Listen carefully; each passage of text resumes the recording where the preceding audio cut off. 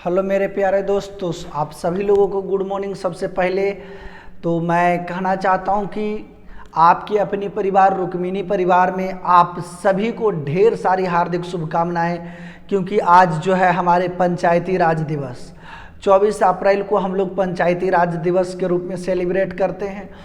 तो इसके बारे में मैं अभी डिटेल चर्चा करने वाला हूं। तो मैं बताता हूं कि मैं जो सुबह 6 बजे करेंट अफेयर्स लेकर आता हूं, तो ये सभी एग्ज़ामों के लिए करेंट अफेयर्स जो होती है काफ़ी इम्पोर्टेंट होती है। तो आप लोग भी हमारे साथ मिल करके करेंट अफेयर्स की तैयारी करें। सुबह 6 बजे आपकी अपनी परिवार रुक्मिणी परिवार, जो हमारी यूट्यूब चैनल है रुक्मिणी एजुकेशन सेंटर, उसी पर जो है हमारी चलती है सुबह 6 बजे फ्री यूट्यूब करेंट अफेयर्स की क्लासेस। तो आइए हमारे साथ करेंट अफेयर्स के प्रैक्टिस आप लोग भी करिए। तो चलते हैं। मैं सबसे पहले आज जो है 24 अप्रैल पंचायती राज दिवस, उसके ओर चलते हैं। सबसे पहले हम बात करते हैं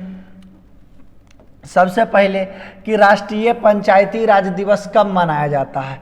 तो बता दीजिए, राष्ट्रीय पंचायती राज दिवस जो है 24 अप्रैल को मनाया जाता है। कब मनाया जाता है? तो 24 अप्रैल को मनाया जाता है। और देखिए हम लोग पंचायती राज दिवस जो है पंचायती राज दिवस जो है दिवस हम लोग 24 अप्रैल को मनाते हैं। कब मनाते हैं? 24 अप्रैल को मनाते हैं। 24 अप्रैल को मनाते हैं। और बता देते हैं कि पंचायती राज दिवस जो है 11वीं अनुसूची के, ये पंचायती राज जो है 11वीं अनुसूची के अंतर्गत आता है। कैवी अनुसूची के अंतर्गत आता है? 11वीं अनुसूची के अंतर्गत आता है। हम लोग जानते हैं कि हमारी जो संविधान है उसमें 22 अनुसूचियां हैं। तो 22 अनुसूचियां में से एक जो है 11वीं अनुसूची, उसी में पंचायती राज का चर्चा किया गया है। पंचायती राज का चर्चा किया गया है। और हम बात कर लेते हैं कि पंचायती राज जो है किस संविधान संशोधन के तहत किया गया है। तो यह जो है 73वां संविधान संशोधन, कितना? 73वां संविधान संशोधन के तहत किया गया है। और 73वां संविधान संशोधन जो है 1993 ईस्वी में हुआ है। कब? 1992 ईस्वी में जो है 73वां संविधान संशोधन हुआ है। पंचायती राज में कितने विषयों की चर्चा की गई है? तो 29 विषयों की चर्चा की गई है। पंचायती राज में 29 विषयों की जो है चर्चा की गई है। अनुच्छेद 40 में कहा गया है कि कोई भी यानी निर्देश के अनुसार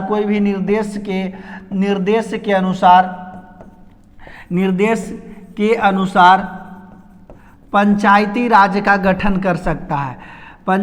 निर्देश के अनुसार पंचायती राज का गठन कर सकता है। पंचायती राज का गठन कर सकता है। यानी कि अनुच्छेद 40 के तहत है कि पंचायती राज का गठन, यानी कि जनसंख्या अगर जो ढेर हो जाए, क्षेत्र उसका बड़ा हो जाए, तो उस आधार पर हम लोग नए पंचायत बना सकते हैं। तो वो अनुच्छेद 40 के तहत हम लोग उस नए पंचायत को बना सकते हैं। उसके बाद देख लीजिए, एक और आता है, क्या चीज़? एक और आता है नगर परिषद, यानी नगर निगम है। उसको कैवा संविधान संशोधन हुआ है? तो 74वां संविधान संशोधन 1993 ईस्वी में हुआ है। उसी के तहत नगर निगम की व्यवस्था की गई है। और नगर निगम में कुल 18 विषय है। कुल कितना विषय है? 18 विषय है। और हमारी 12वीं अनुसूची उसी के तहत नगर निगम की चर्चा की गई है। 12वीं अनुसूची में नगर निगम की चर्चा की गई है, जबकि 11वीं अनुसूची में हम लोग बात करेंगे तो पंचायती राज की चर्चा की गई है। उसके बाद इधर देख लेते हैं, 5 अप्रैल को हम लोग समुद्री दिवस के रूप में मनाते हैं। क्या चीज़? 5 अप्रैल को हम लोग समुद्री दिवस के रूप में मनाते हैं। 1 दिसंबर को हम लोग एड्स दिवस मनाते हैं। 1 दिसंबर को हम लोग एड्स दिवस मनाते हैं। 1 दिसंबर को हम लोग एड्स दिवस मनाते हैं। तो इसी प्रकार से देख लीजिए, नेशनल पंचायती डे जो है कब मनाया जाता है, तो 24 अप्रैल को मनाया जाता है। कब मनाया जाता है? 24 अप्रैल को हम लोग पंचायती दिवस के रूप में मनाते हैं। अब पंचायत के ग्राम सभा का अध्यक्ष कौन होते हैं? पंचायत के ग्राम सभा का अध्यक्ष कौन होते हैं? ग्राम सभा के अध्यक्ष कौन होते हैं? ग्राम सभा के जो हेड होते हैं, हेड कौन होते हैं? तो हेड जो होते हैं सरपंच होते हैं। कौन? सरपंच होते हैं। यानी कि सरपंच, यानी सभा लगी या कोई भी जगह अगर जो झगड़ा होता है तो उसके पंचायती करने का काम कौन करता है? तो सरपंच करता है। उसके ऊपर जो होती है थाना होता है, कोर्ट होता है, ग्रामीण कोर्ट होता है, तो ग्रामीण कोर्ट के जो हेड होते हैं वो सरपंच कहलाते हैं। नेक्स्ट चलते हैं हम लोग। नेक्स्ट क्या है? हाल ही में जारी सबसे अधिक अपराधी देशों के रैंकिंग में कौन सा देश शीर्ष नंबर पर है? तो यानी कि हाल फिलहाल में जो है जारी की गई है एक इंडेक्स, उसमें से क्राइम रिलेटेड यानी क्राइम के रैंकिंग में सबसे नंबर 1 पर कौन सा देश है? तो सबसे नंबर 1 पर है जो वेनेजुएला है। कौन है? वेनेजुएला है जो सबसे 1 नंबर पर है। वेनेजुएला जो है सबसे 1 नंबर पर है।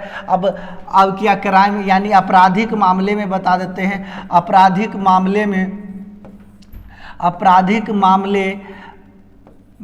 में भारत का नंबर कितना है? तो आपराधिक मामले में जो भारत का नंबर है वो 77 है। भारत का नंबर कितना है? 77। फर्स्ट नंबर पर कौन है? वेनेजुएला। यह प्रेस की स्वतंत्रता सूचकांक यानी प्रेस के स्वतंत्रता सूचकांक में नॉर्वे जो है नंबर 1 पर है। प्रेस के स्वतंत्रता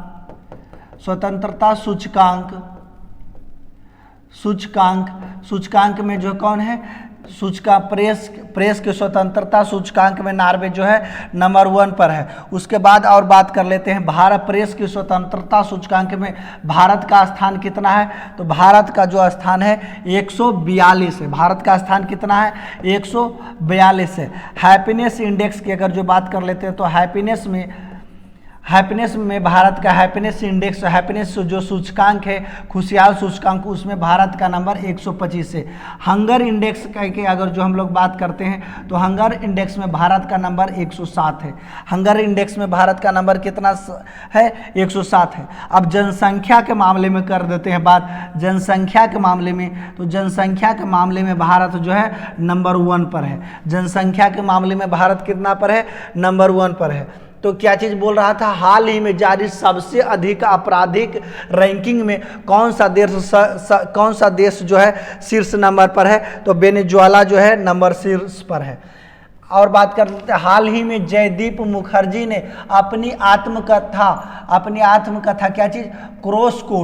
क्रॉस कोर्ट का विमोचन किया है। उनका संबंध किस खेल से है? तो उसका संबंध टेनिस से है। किस खेल से है? तो इनका खेल से जो संबंधित है जयदीप मुखर्जी, वो टेनिस से रिलेटेड है। कौन सा खेल खेलते हैं?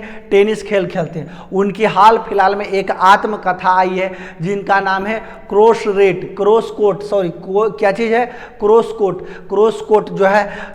कोर्ट लिखे हैं जयदीप मुखर्जी। और इन्होंने टेनिस से रिलेटेड ये पुस्तक नहीं लिखी है, बल्कि एक खुद की आत्मकथा लिखे हैं, यानी अपनी जीवनी को लिखे हैं। जयदीप मुखर्जी जो है क्या चीज़? अपनी आत्मकथा पुस्तक क्रॉस कोर्ट है उसमें लिखे हैं। तो जयदीप मुखर्जी याद रखिएगा एग्जाम में, क्योंकि पूछ देता है कि कौन सा खिलाड़ी किस खेल से संबंधित है। तो जयदीप मुखर्जी किस खेल से संबंधित है? तो टेनिस खिलाड़ी हैं। कौन से खिलाड़ी हैं? टेनिस खिलाड़ी हैं। और देख लीजिए कुछ जो हमारे ऑटोबायोग्राफी यानी कि कुछ व्यक्ति हैं जिनकी ऑटोग्राफी के बात कर लेते हैं। The test of my life, Yuvraj Singh. The test of my life कौन लिखे हैं? युवराज सिंह लिखे हैं। एसे अगेंस्ट द ऑड्स कौन लिखे हैं? Sania Mirza. How I become a Hindu कौन लिखे हैं? सीताराम गोयल कौन लिखे हैं? How to I become a Hindu. The race of my life कौन लिखे हैं? Milkha Singh. The race of my life Milkha Singh. The bandit queen of India Devi, the Pandit queen of India Devi कौन लिखे हैं? फूलान। कौन लिखे हैं? फूलान देवी। फूलन देवी क्या चीज़ लिखे हैं? The Pandit queen of India. Bandit queen of India कौन लिखे हैं? Phoolan Devi. Six machine I love cricket, six machine I love cricket जो है कौन लिखे हैं? Chris Gayle. क्रिस गेल के बारे में आप लोग जानवे करते होंगे कि क्रिस गेल छक्का मारने में माहिर हैं। तो जिनकी ऑटोबायोग्राफी यानी कि किताब यानी उनसे रिलेटेड पुस्तक जो होती है काफ़ी इम्पोर्टेंट होती है एग्जाम के दृष्टि से। तो अगर जो आप इसे स्क्रीनशॉट लेना चाहेंगे तो इसे आप स्क्रीनशॉट ले सकते हैं। नेक्स्ट देख लीजिए, हाल ही में भारत डायनेमिक्स लिमिटेड के नए सीएमडी कौन बने हैं? तो इनके नए सीएमडी जो हैं ए माधव राव। कौन बने हैं? ए माधव राव जो हैं नए क्या चीज नए सीएमडी बने हैं। किसके बने हैं? Bharat dynamics limited. Bharat dynamics limited. अब बात कर लेते हैं भारत डायनेमिक्स लिमिटेड की स्थापना कब हुई है? तो इसकी स्थापना जो हुई है, स्थापना 1970 ईस्वी में हुई है। इसका मुख्यालय डायनेमिक्स का जो मुख्यालय है, मुख्यालय कहाँ है? तो मुख्यालय जो है हमारे मुख्यालय हैदराबाद में है। कहाँ है? हैदराबाद में है, हैदराबाद में। अब बात कर लेते हैं कि डायनेमिक्स है तो है क्या चीज़? डायनेमिक्स है तो है क्या चीज़? यह एक सामाजिक मदद के लिए कोई काम करता है। गोला बारूद बनाते हैं और इसका उद्देश्य क्या है? यानी देश के सुरक्षा के लिए जितने भी बम बारूद बनानी होती है यही बनाते हैं भारतीय डायनेमिक्स लिमिटेड। और इनके नए सीएमडी कौन बने हैं? तो ए माधव राव जो हैं इनके नए सीएमडी बने हैं। और देखिए BVR सुब्रमण्यम कौन है? नीति आयोग के सीईओ। नीति आयोग के सीईओ कौन है? नीति आयोग के सीईओ। नीति आयोग के सीईओ कौन है? नीति आयोग के सीईओ BV सुब्रमण्यम जो है नीति आयोग के सीईओ हैं। नेक्स्ट देख लेते हैं, यही है ये माधव राव। ये माधव राव जो है यही है। देख लीजिए, डॉक्टर एस जयशंकर ने अप्रैल 2023 ईस्वी में बूजी पुल का उद्घाटन किया है। हम जानते हैं कि डॉक्टर एस जयशंकर जो हैं वो भारत के विदेश मंत्री हैं। उन्होंने क्या चीज़ के? उन्होंने बूजी पुल के उद्घाटन किया है। तो कहाँ किया है? मोजाम्बिक में उन्होंने बूजी पुल के उद्घाटन किए हैं। यही है हमारे जो विदेश मंत्री जो हैं।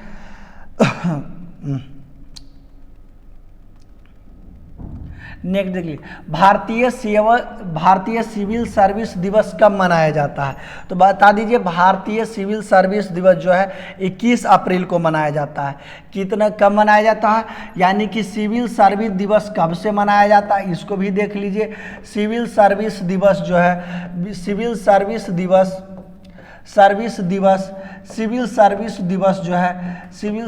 दिवस जो है कब से मनाया जाता है? तो हम बात कर लेते हैं। सिविल सर्विस दिवस जो है 2006 ईस्वी से 21 अप्रैल 2006 ईस्वी से मनाया जाता है। कब से मनाया जाता है? 21 अप्रैल 2006 ईस्वी से जो है क्या चीज़ सिविल सर्विस दिवस मनाया जाता है। उसके बाद और बात कर लेते हैं कि 1947 ईस्वी में जो भारत के गृह मंत्री थे, भारत के गृह मंत्री कौन थे? सरदार वल्लभ भाई पटेल। सरदार वल्लभ भाई पटेल, जिनको आयरन मैन ऑफ इंडिया कहा जाता है, यानी लौह पुरुष भी कहा जाता है। कि कौन है? सरदार वल्लभ भाई पटेल 1947 ईस्वी में है। इन्होंने दिल्ली में सिविल सर्विस जितने भी सिविल सर्विस वाले थे उनको इन्होंने सम्मानित किए हैं। तो सिविल सर्विस डे के अवसर पर नरेंद्र मोदी जो हैं यानी कि जितने भी सेवा कर रहे हैं भारत को, उनको प्रधानमंत्री जी हैं अवार्ड से सम्मानित किए हैं। और प्रधानमंत्री जी बोले हैं कि हमारे जो प्रधानमंत्री भारत के श्री नरेंद्र मोदी जी हैं वो बोले हैं कि कोई भी अगर जो भारत के विकास करेंगे तो भारत का विकास जो होगा इन्हीं सिविल सर्विस यानी कि जो सरकारी अधिकारी हैं उन्हीं के द्वारा भारत का जो विकास है वो बहुत ही तेज़ी से होगा तो बहुत सारे राज्यों को भी अवार्ड दिया गया है और सिविल सर्विस वालों को भी अवार्ड दिया गया है हमारे प्रधानमंत्री नरेंद्र मोदी जी के द्वारा। तो देख लीजिए 22 अप्रैल को क्या चीज़ मनाते हैं, तो पृथ्वी दिवस। मच्छर जो है ना बहुत तंग करता है।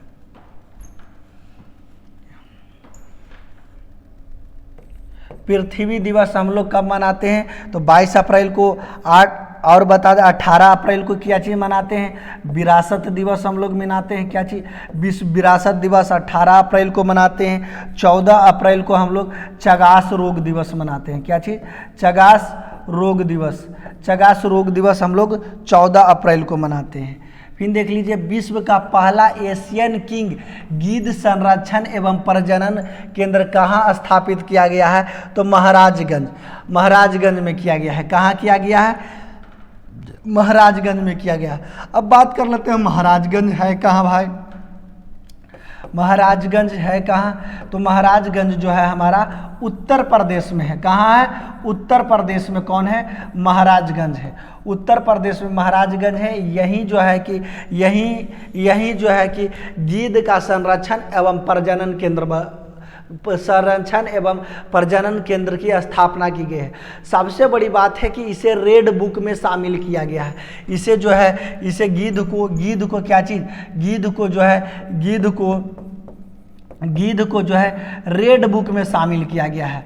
क्या चीज़, रेड बुक में इसे शामिल किया गया है। आप सोच रहे हो कि रेड बुक कहते किसको है, तो रेड बुक उसे कहते हैं। रेड बुक किसे कहते हैं, तो रेड बुक उसे कहते हैं यानी कि कोई भी अगर जो पक्षी जानवर जब लुप्त हो रहा है तो उसको शामिल करने के लिए हम लोग रेड बुक की स्थापना किए हैं। और रेड बुक के अंतर्गत अगर जो कोई पक्षी समाप्त होता है या कोई जानवर समाप्त होता है या कोई प्रजातियां समाप्त होती है तो इसके अंतर्गत जो है हम रेड बुक के अंतर्गत इस सभी को रखते हैं। तो रेड बुक में गिद्ध को भी रखा गया है क्योंकि गिद्ध जो है धीरे धीरे समाप्त हो रही है। और उत्तर प्रदेश के जो महाराजगंज जो हमारा शहर है, महाराजगंज है, वहाँ गिद्ध संरक्षण एवं प्रजनन केंद्र की स्थापना की गई है। उत्तर प्रदेश के मुख्यमंत्री कौन है, आप लोग कमेंट बॉक्स में जरूर बता दीजिए। योगी आदित्यनाथ हैं। यही है गिद्ध, हमारा गिद्ध पक्षी जो धीरे धीरे अब समाप्त होता जा रहा है। क्या चीज़, धीरे धीरे समाप्त होता जा रहा है। नेक्स्ट देख लीजिए, किन दो भारतीय समुद्र तटों पर अंतर्राष्ट्रीय इको लेवल ब्लू फ्लैग का दर्जा दिया गया है। यानी ब्लू फ्लैग किसको कहते हैं, तो सबसे पहले जानेंगे किसे दिया गया है, तो मिनी योदंती तट और कदमत तट को जो है दिया गया है। और ब्लू फ्लैग किसे कहते हैं, ये भी देख लीजिए, ब्लू फ्लैग किसे कहते हैं। ब्लू फ्लैग किसे कहते हैं, तो ब्लू फ्लैग किसे कहते हैं वो देख लीजिए। तो ब्लू फ्लैग कहते हैं स्वच्छ जल को, यानी समुद्र का स्वच्छ जल को। किस चीज़ का, समुद्र का स्वच्छ जल को हम लोग ब्लू फ्लैग कहते हैं। ये जो दोनों द्वीप आपको दिखाई दे रही है, मिनी युदयंती तट और कदमत तट, ये जो दोनों दिखाई दे रही है, ये किस द्वीप पर है, तो लक्षद्वीप पर है। किस द्वीप पर है, तो यह जो है लक्षद्वीप पर है। और अब भारत में कुल ब्लू फ्लेमिंग कितनी हो गई है, तो 2 अभी को मिली है और पहले से जो 10 थी अभी कुल मिलाकर के 12 हो गई है। कितना हो गई है, 12 हो गई है ब्लू फ्लेमिंग में। कितना हो गई है, तो ब्लू फ्लेमिंग में 12 हो गई है, ब्लू फ्लेमिंग में 12। और ब्लू फ्लेमिंग जो है किनके द्वारा दिया जाता है, तो FEE के द्वारा। किसके द्वारा, FEE के द्वारा शामिल किया जाता है ब्लू फ्लेमिंग के। FEE क्या चीज़ है, तो फाउंडेशन फॉर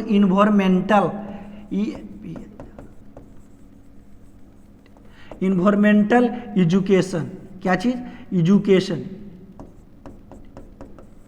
इन्वायरमेंटल एजुकेशन। यानी FEE का फुल फॉर्म क्या हुआ,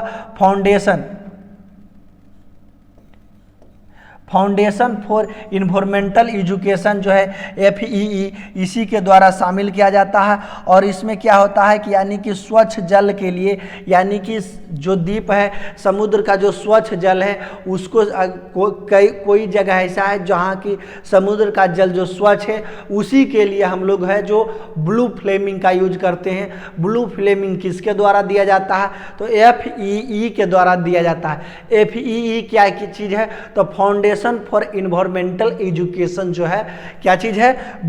इन्वायरमेंटल एजुकेशन, इसी के द्वारा जो है ब्लू फ्लैग जो है इसका दर्जा दिया गया है। तो किसे दिया गया है? मिनी को, युदंती तट को और कदमत तट को, युदंती तट को और कदमत तट को दिया गया है।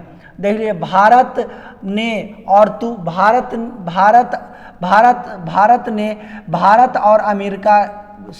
भारत ने तूफान के पूर्वानुमान के लिए AI कंप्यूटर मॉडल विकसित करने के लिए किस एजेंसी के साथ साझेदारी की है? तो किस एजेंसी के साथ साझेदारी की है? तो नासा के साथ साझेदारी की है। अब नासा के साथ क्यों साझेदारी की है? भारत ने अमेरिका का जो स्पेस एजेंसी है नासा, उसके साथ हाथ मिला लिया है, और हाथ मिला है कि अगर जो भारत को कोई आकस्मिक घटना घटती है, भारत में जिस प्रकार से वज्रपात और कोई भी आकस्मिक यानी कि एकाएक घटना घटती है, तो इसकी पता पहले ही लग जाएगी, जिससे कि भारत जो है इसे सचेत हो सके। जिस प्रकार से वज्रपात देख रहे होंगे कि यानी इधर जो 2-3 बरसात का मौसम है, उसमें से वज्रपात जो है काफ़ी तेज़ी से हो रही है, और काफ़ी जान माल की क्षति भी हो रही है। तो इसी को देखते हुए भारत ने अमेरिका से दोस्ती की है। अमेरिका के जो स्पेस एजेंसी है नासा, उससे हाथ मिला लिए है और AI कंप्यूटर विकसित करने के लिए प्रयास कर रहे हैं। क्या चीज़? AI कंप्यूटर विकसित करने का प्रयास कर रहे हैं। तो किसके साथ हाथ मिला है? नासा के साथ। देख लीजिए नेक्स्ट, भारतीय वायुसेना के वीरता पुरस्कार से सम्मानित होने वाली पहली वायुसेना की प्रथम महिला अध्यक्ष, प्रथम महिला अधिकारी कौन बने हैं? तो दीपिका मिश्रा। कौन है? दीपिका मिश्रा जो है पहली सरकारी महिला, वायुसेना की पहली महिला जो है वीरता पुरस्कार प्राप्त करने वाली अधिकारी बन गए हैं। कौन? दीपिका मिश्रा। यही है आपकी दीपिका मिश्रा जो है वीरता पुरस्कार प्राप्त करने वाली वायुसेना में प्रथम महिला अधिकारी जो है बन गए हैं। तो इसी प्रकार से मेरी करंट अफेयर्स की जो क्लास चल रही है, आज के लिए इतना ही। और जैसे जैसे करंट अफेयर्स जो है विस्तार होगी, और आज कुछ कम करंट अफेयर्स बन पाया था, तो क्योंकि करंट अफेयर्स जब नया कोई चीज़ आएगा तभी तो दे पाएंगे। तो आज के लिए इतना ही काफ़ी है। और करंट अफेयर्स की जो क्लास हमारी रुक्मिणी एजुकेशन प्लेटफॉर्म पे चल रही है, तो आप लोग जो है यहाँ इम्पोर्टेंट करंट अफेयर्स की क्लास चलती है, क्योंकि एग्ज़ाम की दृष्टि से फोकस किया जाता है। तो आप लोग इसे चूकिए नहीं, और आप लोग जो है कंप्यूटर जो हमारी ये जो रुक्मिणी एजुकेशन सेंटर है उसको लाइक, सब्सक्राइब और शेयर भी करें, ताकि कुछ बच्चों तक जो नहीं पहुंच रही है वहाँ भी पहुंच जाए। तो मैं आपसे कल मिलता हूँ। आज के लिए इतना ही। धन्यवाद।